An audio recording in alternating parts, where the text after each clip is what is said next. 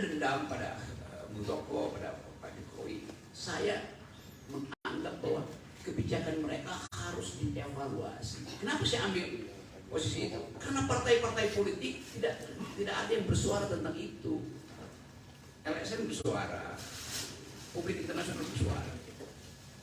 Jadi itu dasarnya tuh, teman-teman. Sekarang saya bisa juga bahwa kasus ini akan berlanjut menjadi kasus. Oke, saya terima kasus. Jadi poin saya adalah, sekali lagi saya garis bawahi, saya minta maaf karena peristiwa itu membuat perselisihan ini makin menjadi-jadi.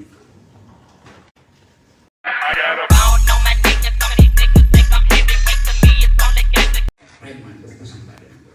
Padahal ini pikiran saya yang saya kritik dengan cara yang sangat tajam, dengan bahasa yang saya pilih tajam, tapi tidak diarahkan pada pribadi Presiden Jokowi, tapi pada pribadi, pada lembaga publik, yaitu kabinet, bahkan yang di dalamnya ada Pak Muldoko. Jadi kita gagal untuk membawa bangsa ini pada percakapan intelektual. Itu dasarnya. Rocky Gerung kan intelektual, kan mau pakai bahasa begituan. Iya, di kampus saya pakai bahasa akademis, tetapi dalam kritik kebijakan saya mesti pakai bahasa yang bisa dimengerti oleh orang yang berkali-kali diterangkan nggak paham-paham juga. Berkali-kali guru minta di review itu nggak ada. Berkali-kali masyarakat akademis mengatakan IKN itu salah secara konstruksi hukumnya, karena mestinya minta izin dulu pada masyarakat adat. Pernah nggak Jokowi minta izin pada masyarakat adat? Tidak. Apa itu bentuk minta izinnya? AMDAL.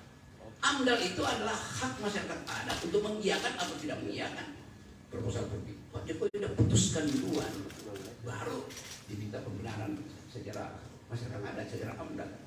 Kan itu cara berpikir yang kacau.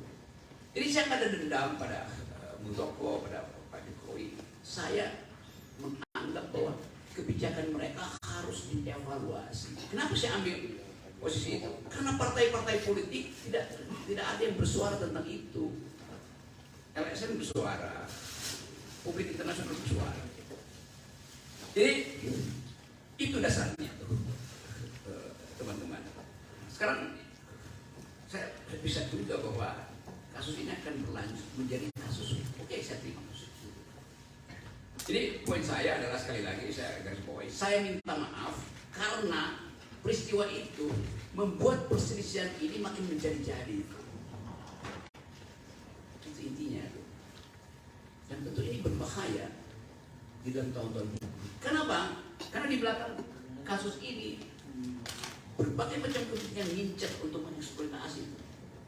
Tapi tidak akan berhenti menjadi pengkritik. Itu dasarnya tuh.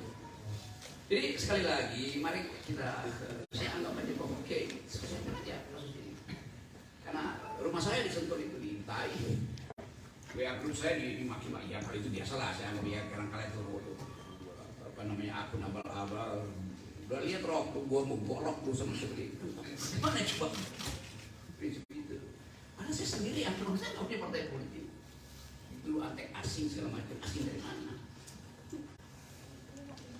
Jadi segala hal kemudian disodorkan di situ, dan peristiwa ini tensi politiknya atau political tone-nya itu makin lama makin terlihat.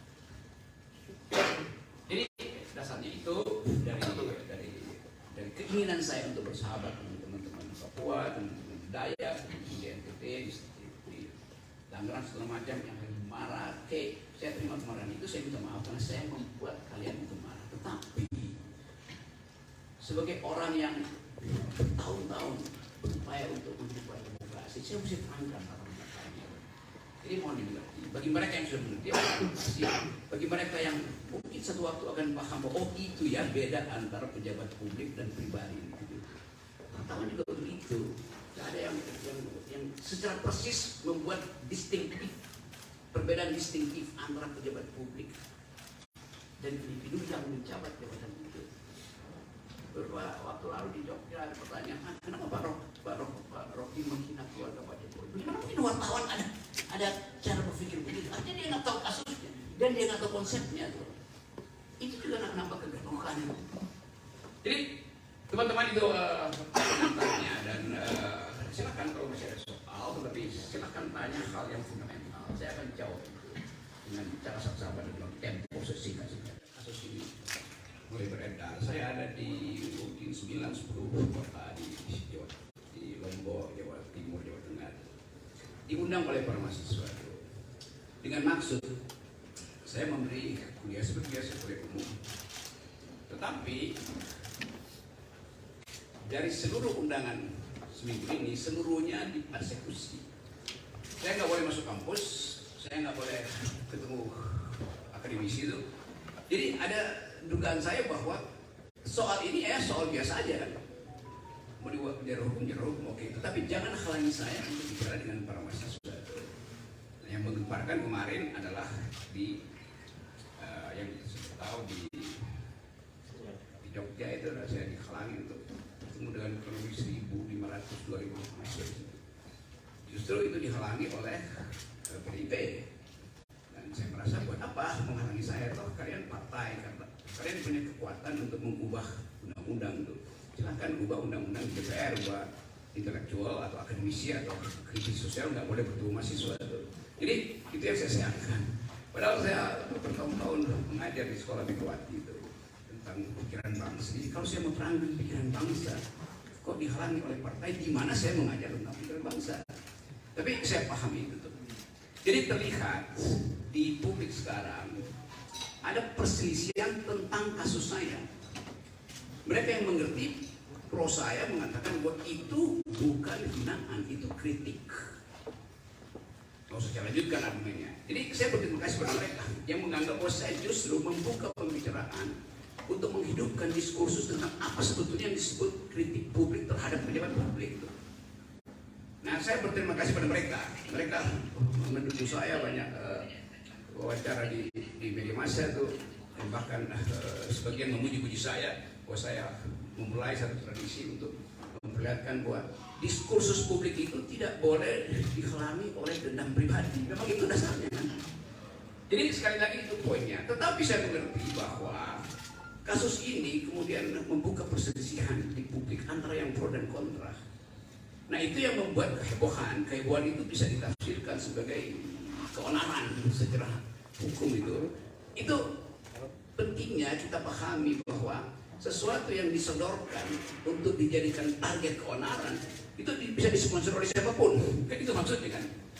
Nah saya minta maaf terhadap keadaan hari ini yang menyebabkan perselisihan itu berlanjut tanpa arah itu. Tentu saya merasa kok ini kenapa nggak bisa diselesaikan secara hukum. Jadi sekali lagi saya menyesalkan bahwa persoalan hukum yang dari awal saya katakan ini adalah kritik saya terhadap Presiden Jokowi yang saya ucapkan dengan sangat tajam, dan biasanya saya lakukan itu di mana-mana. Saya tidak mengkritik atau menghina Jokowi sebagai individu, tidak. Karena nggak ada urusan saya dengan Pak Jokowi. Karena itu saya kira Pak Jokowi juga mengerti. Itu yang menyebabkan Pak Jokowi tidak mau melaporkan saya.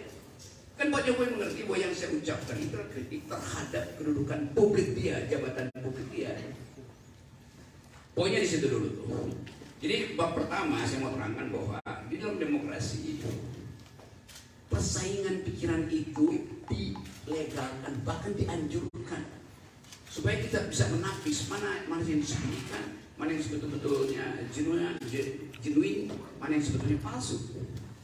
Nah kita di sini belum sampai di sini. Jadi saya paham bahwa kemarahan sebagian pihak itu karena belum bisa membedakan mana kritik publik dan mana dendam pribadi. Saya tidak punya dendam apa-apa dengan Pak Jokowi. Dan saya sudah berkali-kali katakan bahwa anaknya Pak Jokowi bertemu dengan saya, dia minta kritik, saya kasih kritik. Gitu. Pak Jokowi mantu, saya diundang bahkan undangan VIP, tapi saya bisa datang. Gitu. Jadi nggak ada soal di situ. Sekarang pertanyaannya, kok kenapa jadi soal? Artinya ada yang ingin dia bermain di air keruh. Tapi saya mengerti tahun politik pasti